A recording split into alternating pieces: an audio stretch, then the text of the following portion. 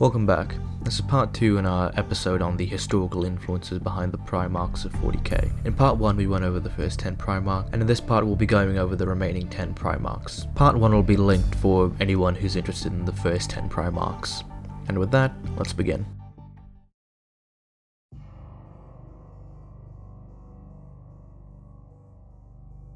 First up, we have the Primarch of my personal favourite legion, Angron of the World Eaters. Landing on the desert world of Nuceria, the infant Primarch was immediately enslaved and sold to the planet's ruling slave masters, known as the High Riders. Being forced from a young age to fight in gladiatorial death games, he eventually rallied together many of his fellow slaves and led a revolt against the High Riders.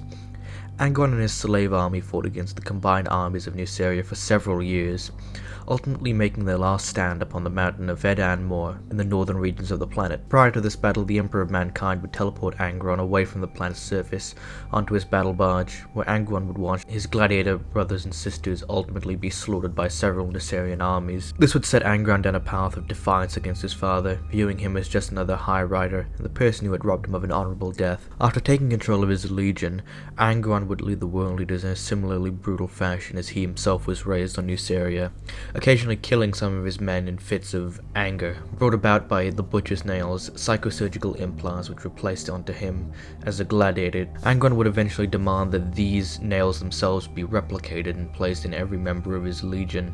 The World Eaters, wishing to unite themselves more with their father, accepted this, though it did not bring them any closer to Angron in actuality. Angron would eventually side with Horus during the heresy, meaning to exact some form of revenge against the Emperor for what happened on Nuceria. Over time, though, the Butcher's Nails began to exact their toll on Angron, slowly killing him. It was ironically on Nuceria, where Angron would be enslaved once more, when, after battling the Ultramarines, he would be forcibly turned into a demon prince of Khorne against his will by Lorgar. Now unable to die, Angron has remained a slave to Khorne throughout the next 10,000 years. From that description alone, you could probably see that Angron takes a lot of his backstory from the gladiator Spartacus, who, similar to Angron, led a massive slave revolt in the 1st century BC, beginning the Third Servile War. Parallels between Angron and Spartacus go beyond just their leadership of slave revolts against their rulers. Both characters are depicted as rebellious outsiders who are motivated by desire for revenge and justice.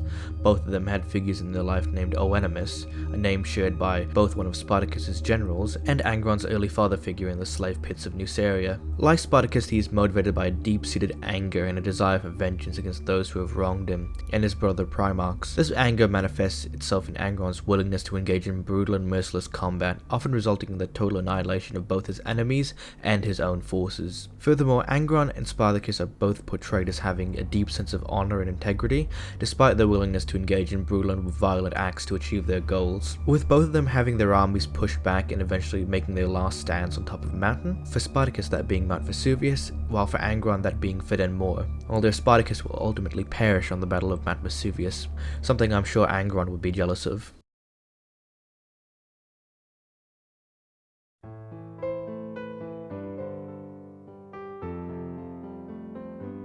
Fittingly, second up we have my second favourite Primarch, Guilliman. Landing on the planet of Macragge, the infant Primarch was adopted into the noble house of Guilliman, raised by his adopted father Conor. It was Conor who would be responsible for shaping the young Rabute into a leader who cared for the well-being of his people and the stability of his realm. Following Conor's assassination, Guilliman would be the one to ultimately wrestle control of Macragge from a conspiracy of senators unhappy with the reforms put in place by Guilliman's adoptive father.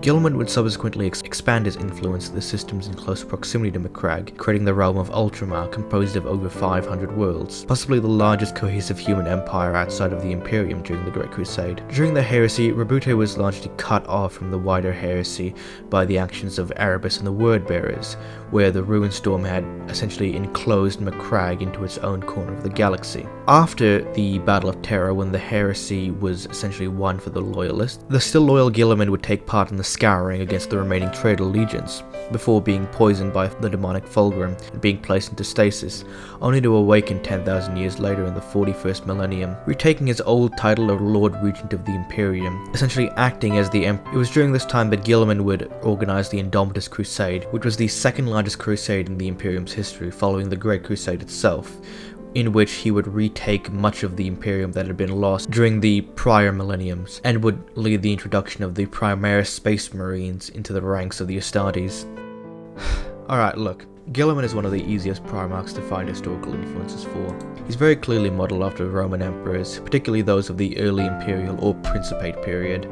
I mean, just look at him. He has his laurel leaf crown, the gladius-style power sword, the rampant eagle symbolism throughout both Guilliman and his legion's armour. As an enjoyer of all things Roman, Guilliman gets my seal of approval. If I was to pick one particular figure that Guilliman draws the most inspiration from, it'd probably be Augustus Caesar. I mean, just look at this fan art of him. But beyond that, both of them are quote-unquote sons of powerful leaders who took control following a civil war, which their father figure was assassinated by another, one of his quote-unquote sons. Both Guilliman and Augustus are also considered to be less hungry for battle than some of their contemporaries, with their skill set lying more in governance and administration, focusing more on the civil side of empire building. You could also make the argument that he shares a lot of his post-revival story with the Byzantine Emperor Justinian, with the Indominus Crusade being analogous to Justinian's reconquest of the Roman Empire in Italy, or the fact that he's also working with a guy named Belisarius. However, those talking points are probably better suited to a dedicated video on the Indominus Crusade itself.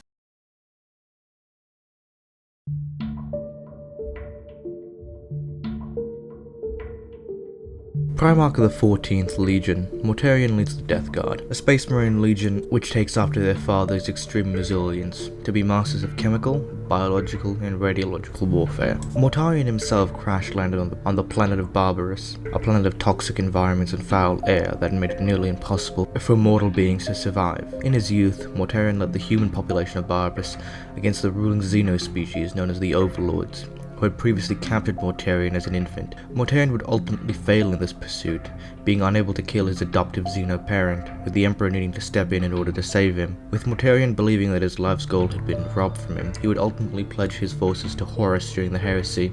Ironically though, Mortarion himself would subsequently be betrayed when one of his legionaries, Typhon, would trick Mortarion and the Death Guard into pledging themselves into the services of Nurgle, from when Mortarion and his Death Guard would be transformed into twisted parodies of their former resilience to disease, with Mortarion himself being transformed into a massive demon prince. After retreating into the Eye of Terror, following the defeat of the traitor forces, Mortarion and the Death Guard would continue to assault real space for millennia to come, with Mortarion ultimately being defeated recently by Rabute Guilliman during the climax of the Indominus Crusade. Alright, I'll be honest, I did a ton of searching, and I got nothing concrete about Mortarion. His name is derived from the word Mort, which means death in several Romantic languages like French. From Mortarion's appearance would be depictions of the Grim Reaper, particularly his pale demeanor, hood and scythe, and the associations that has with death and the bubonic plague. But aside from that, there's honestly not much else to Mortarion aside from him being a Grim Reaper meme. So apologies to the 4 Mortarion fans out there, but I got nothing.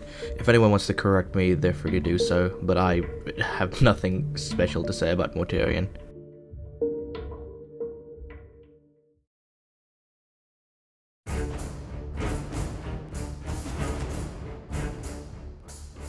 Magnus, also known as Magnus the Red, is the Primarch of the Thousand Sons Legion, a powerful psycho possibly second only to the Emperor. Aside from his immense psychic talent, he is well known for his pursuit of knowledge. It's this same pursuit which has often led Magnus to his own ruin, as he delves into forbidden and dangerous areas of knowledge.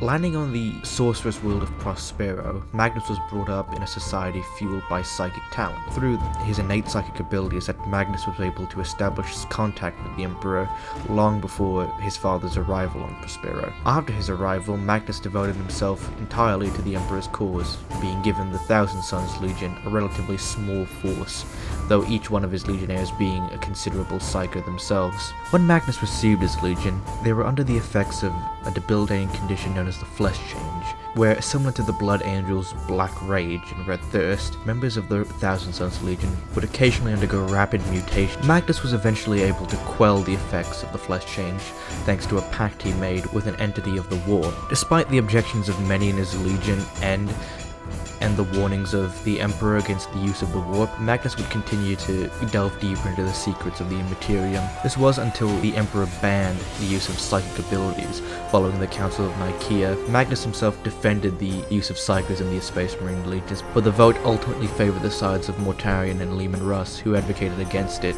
Despite the Emperor's decree, Magnus would continue to use his psychic talents, eventually foreseeing Horus's betrayal of the Emperor. Though he attempted to warn the Emperor of this, through his hubris he ended up breaching Terra's psychic defenses, causing the Imperial Palace to be flooded with demons, and rendering the Emperor largely occupied for the rest of the heresy containing the threat. The Emperor would then send Russ to arrest Magnus and bring him to Terra, but they were waylaid by the sons of Horus, who convinced them that the Emperor would rather have Magnus killed. It was then that the Siege of Prospera would begin, where the Thousand Sons were ultimately defeated by the combined Space Wolves forces. Magnus would eventually flee to the Warp with the rest of his legion, where he would become a demon prince of Tzeentch, who revealed that he was indeed the entity who Magnus had been contacting before, in order to suppress the flesh change. With that, Magnus damned both himself and his legion to an eternity of service to the god of change Tzeentch, with most of the Thousand Sons later being reduced to ghosts trapped within their own armor. Magnus has several influences in his lore. One of the most prominent influences is the Norse god Odin. In Norse mythology, Odin was the god of wisdom, magic, and poetry. He was known for his pursuit of knowledge and his thirst for power,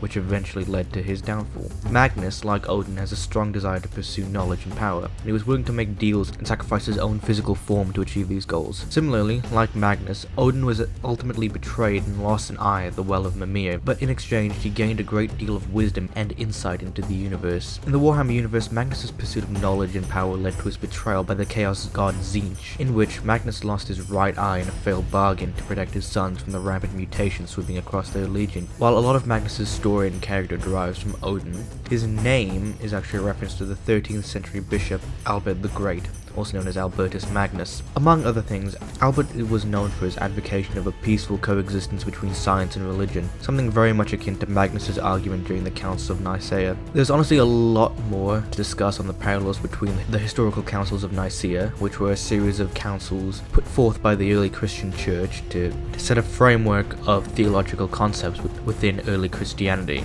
and 40k's Council of Nicaea, which deals with the ideas of psychers and their use in the Imperium of Man. That's honestly probably more suited for another video in the future.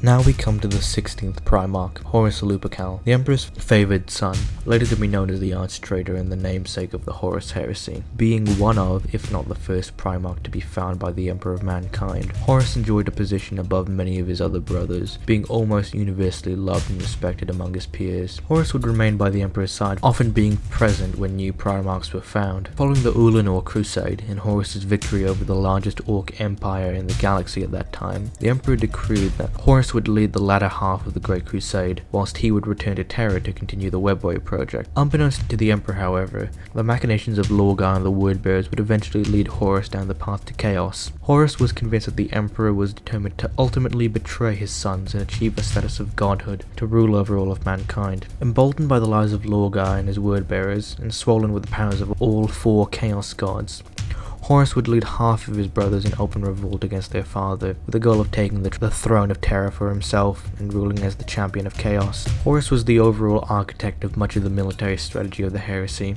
He would be the one to organize the purging of the traitor legions of their loyalist elements on Istvan III, and later the Dropsite massacre on Istvan V.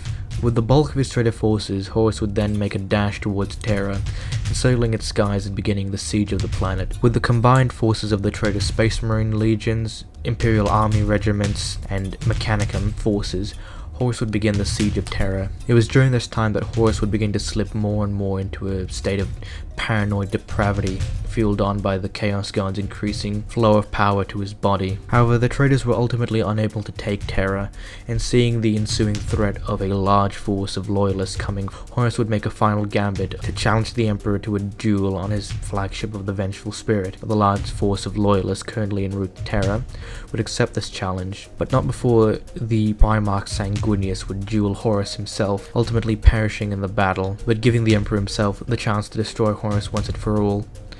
It was in this battle that the Emperor would completely obliterate Horus' soul. However, Horus would mortally wound the Emperor, leaving him in a state that would require his interment in the Golden Throne. Satisfied with the damage they had done to the Imperium and the Emperor, all four Chaos Gods withdrew all their power from Horus in the moment before his death, leaving him fully aware of what he had done prior to his demise. Now, if you've seen the previous video I made on the Primarchs' historical influences, then you probably remember my point about the similarities between the Horus heresy and the biblical war in heaven, particularly how Sanguinius takes the place of Saint Michael and how Horus takes the place of Lucifer. I briefly touched on Horus there, but we'll go into a bit more depth now. The Horus heresy and Horus himself take a lot of their influence from the biblical story of the war in heaven, wherein the angel Lucifer leads a rebellion against God, assisted by several of his lieutenants or brothers. After their defeat by the forces of heaven, Lucifer and his followers are cast down to hell, where they continue to plague mankind to this day. There are pretty clear parallels between the story of the Horus heresy, particularly in how the traitor legions fled into the Eye of Terror following Horus's death, where they continue to subsequently raid the Imperium and attack during their Black Crusades led by Abaddon. Moreover, both Lucifer and Horus are associated with the motif of the pride before the fall. They are both seen as powerful figures who were tempted by the allure of power and the promise of greatness, but were ultimately brought down by their own hubris in their attempts to rebel against their creators. In Lucifer's case, he believed that he should be the rightful ruler of the world instead of God and by extension Jesus Christ, whereas Horus believed that the Emperor had betrayed him and his brothers and that he was right in taking the throne of terror. It arguably hints about as well for Lucifer as it does for Horus, though, honestly.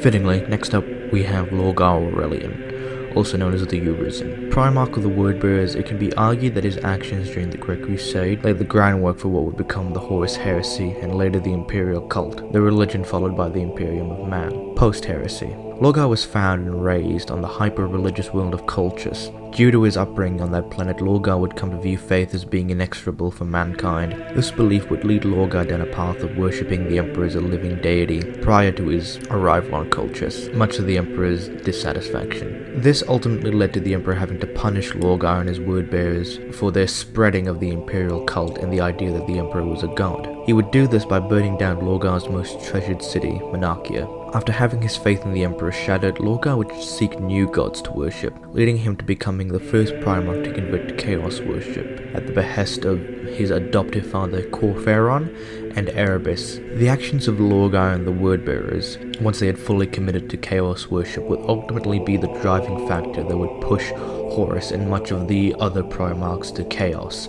ultimately leading to Horus heresy and sealing the fate of many of the traitor Primarchs.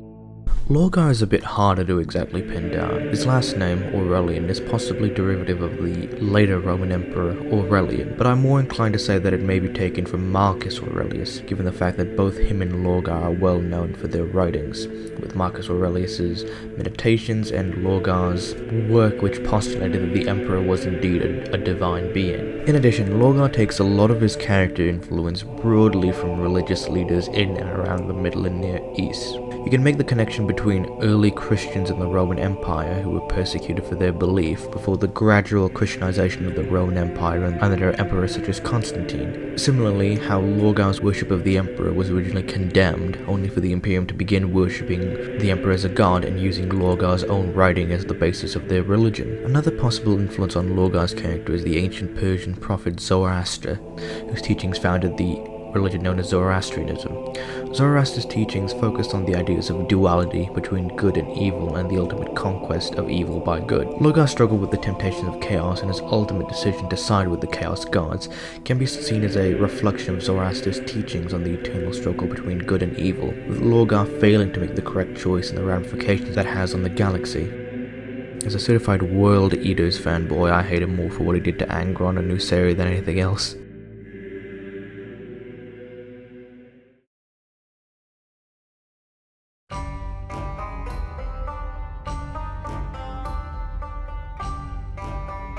Coming up near the end of our list, we have Vulcan, Primarch of the 18th Legion, the Salamanders. Arriving on the volcanic death world of Nocturne, Vulcan was raised by the planet's human inhabitants and brought up in their traditions. This upbringing would mold Vulcan into a being who placed the lives of his sons and even imperial citizens above his own, more than willing to endure pain or sacrifice himself to save the lives of others. It's ironic then that the Primarch most willing to sacrifice himself is also the one who inherited the Emperor's perpetual nature, becoming for all intents and purposes immortal, being able to regenerate from any form of damage. It was this immortality that allowed Vulcan to survive his betrayal on Istvan V during the Dropsite Massacre, although he was captured and was brutally tortured by Conrad Kurz in an attempt to break Vulcan's mind and body. Though he ultimately survived Conrad's torture, he would go on to escape to the Ultramar sector and ultimately to Macragge, where he would burn up in the planet's upper atmosphere before landing.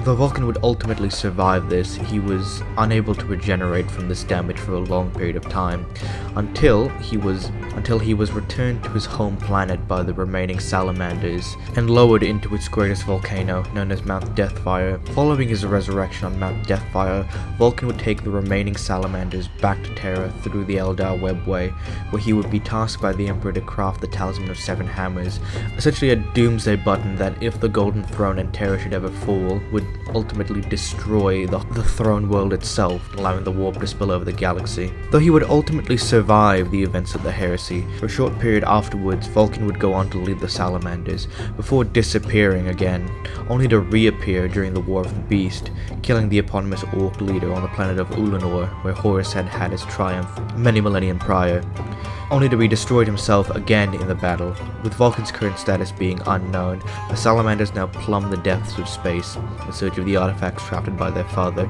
in the belief that bringing all the artifacts together will cause Vulcan to return once again. Now, while Vulcan has quite a few influences, they're all pretty clear-cut. Firstly, his name comes from the Roman smith god Vulcan, spelled slightly differently with a C. The god Vulcan is often associated with smithing, fire, and volcanoes. All things pretty core to Vulcan from 40k's character. In fact, the god Vulcan is where we derive the English word volcano from. While Vulcan from 40k takes a lot of its surface inspiration from the god Vulcan, I believe at its core, Vulcan has the most influence to his character in the heresy from the Titan Prometheus from Greek mythology. To briefly summarize the story, the myth of Prometheus is a classical Greek story that tells of the Titan god Prometheus, who stole fire from Zeus and gave it to humanity. The act of stealing fire from Zeus was seen as a kindness towards humanity, as it allowed them to progress from their primitive state to a state of semi-civilization. In response, Zeus punished Prometheus by chaining him to a rock, where each day an eagle would eat out his liver, and each night Prometheus's liver would regenerate so that the eagle could eat it again the next day. Now, of course, there's a parallel with the idea of fire for Vulcan, along with the fact of sacrificing yourself for humanity, but I think this ties more in with a specific event in Vulcan's story, which we touched on earlier, that being his torture at the hands of Conrad Kurz during the heresy, where Conrad would mutilate Vulcan in increasingly violent ways in an attempt to break him, only for Vulcan to completely regenerate despite the immense physical pain. Despite the intense physical pain both Prometheus and Vulcan are subjected, both of them see the importance of enduring this pain and suffering in order to achieve a greater good.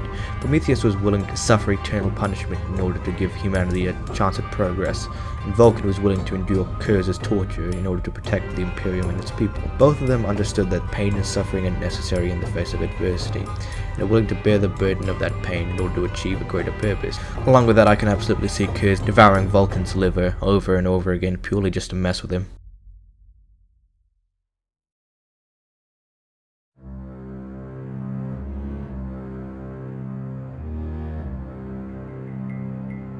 The penultimate Primarch for this video is Corvus Corax, the Raven Lord and leader of the aptly named Raven Guard. Discovered on the mining moon of Lycanus, orbiting the planet of Kiava by the slave workers of the planet's ruling tech guild, Corvus was raised by these slaves in secret from a young age, being the one they prophesied would bring them deliverance from their masters. This day of deliverance would eventually come, as Corvus began organizing the slaves into fighting teams, building stockpiles of weapons and supplies. Using the tactics of stealth and urban warfare taught to him as a young child on Lycanus, Corvus led a successful slave revolt.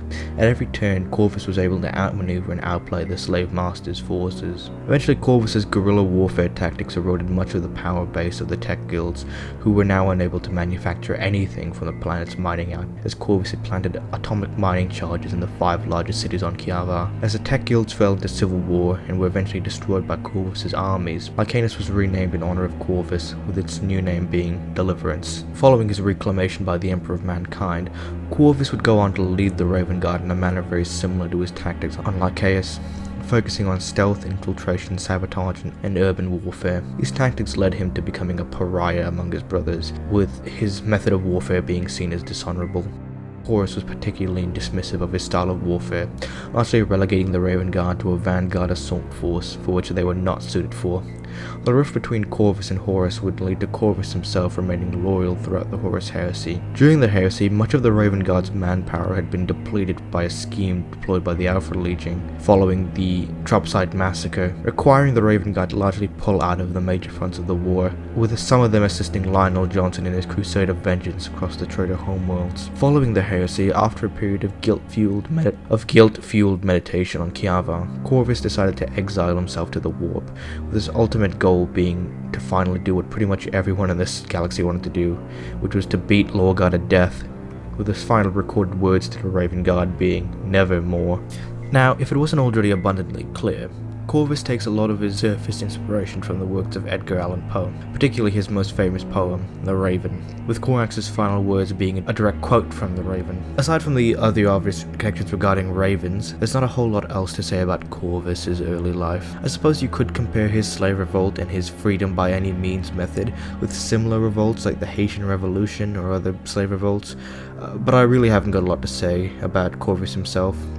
Though there is probably more to say about the Raven Guard themselves and their cultural influences, but that's probably better served in a separate video.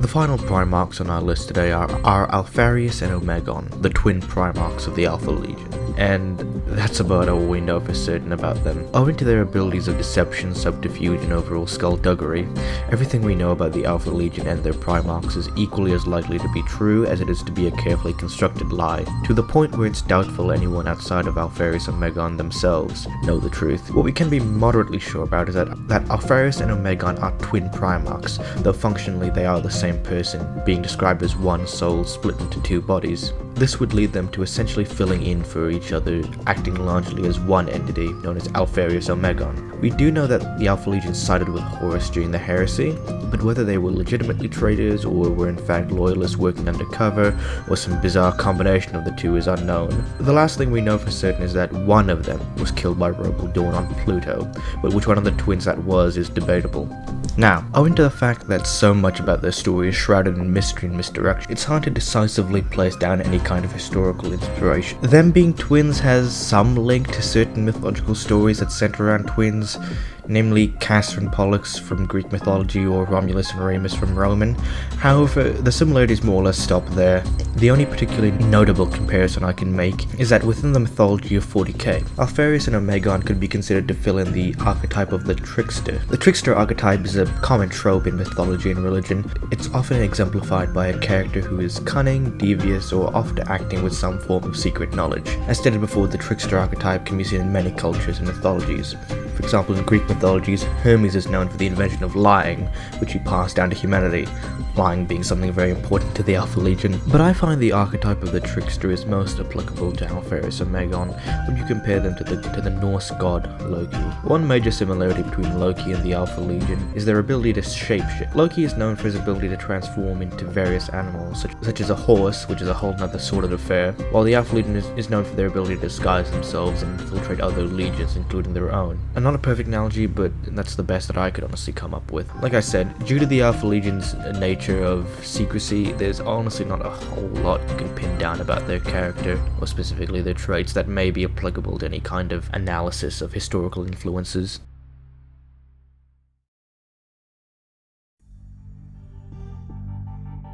And with that, we bring to a close our analysis of the historical influences behind the Primarchs of Warhammer 40k. I hope that you all enjoyed this video.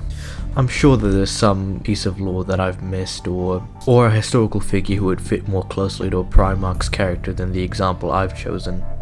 If so, feel free to let me know what you believe would be a better option. My knowledge of history and 40k lore is certainly not exhaustive.